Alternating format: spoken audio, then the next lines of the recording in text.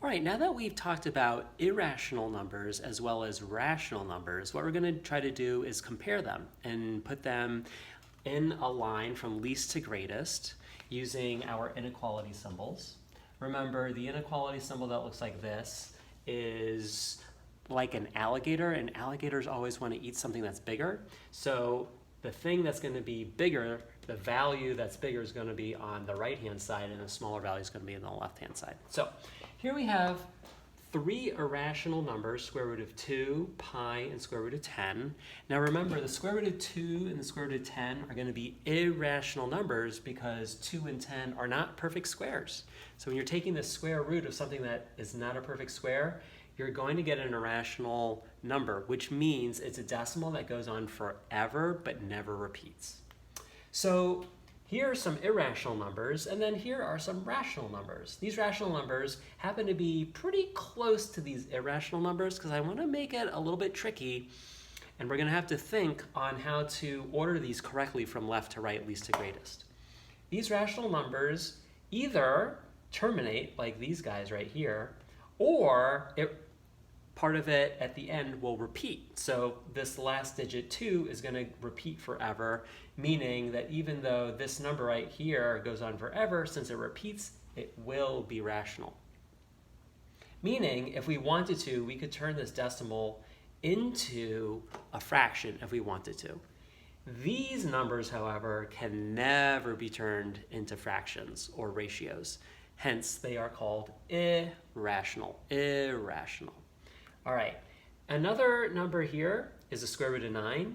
9 is a perfect square, so that means the square root of it is going to be a rational number. In this case, the square root of 9 is 3. By the way, the square root of 9 is not just 3, because 3 times 3 is 9. Could you think of another number times itself is also 9? Negative 3. So the square roots are going to be negative as well as positive, but for the moment, let's just talk about positive square roots. So here we have 1, 2, 3, 4 positive numbers. These are rational, and here we have 1, 2, 3 irrational numbers, and let's see where they fit from left to right. Okay, so let's start with the square root of 2. The square root of 2 is this, and I wrote a number that was rational on purpose to be pretty close. So let's compare them.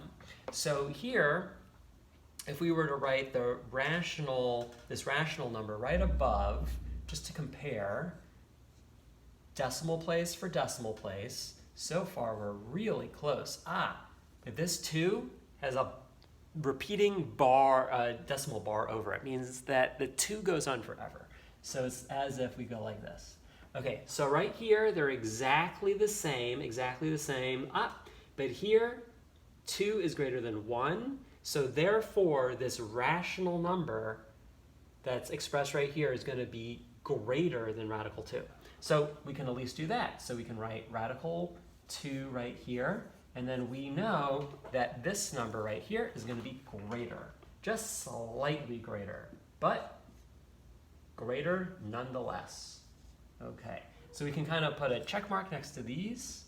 We're done with those, okay? Now, how about pi and 3.1416? Okay, let's match it up, decimal for decimal, number for number. 3, that's the same. 1, that's the same. 4 is the same. 1's the same. 5 and 6. That means that this number right here is greater than pi, okay? So, I'm not going to have enough room on this video, but at least I can show you these two and how they would be related. And so we would have pi is going to be less than, do you see? Because there's a 6 here, which trumps the 5 that's over here. And therefore, this rational 3.1416 is going to be greater than pi. Okay, so we can check those off. We're done with those. How about radical 10 and this number? Okay, number for number, let's match. We have a 3 here, 1, 1, 6, 6, 2, 2.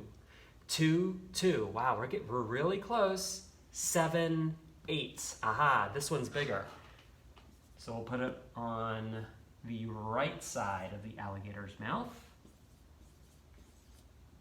like this, and then we'll put radical 10 on the left-hand side, okay? So we can check those off as being there.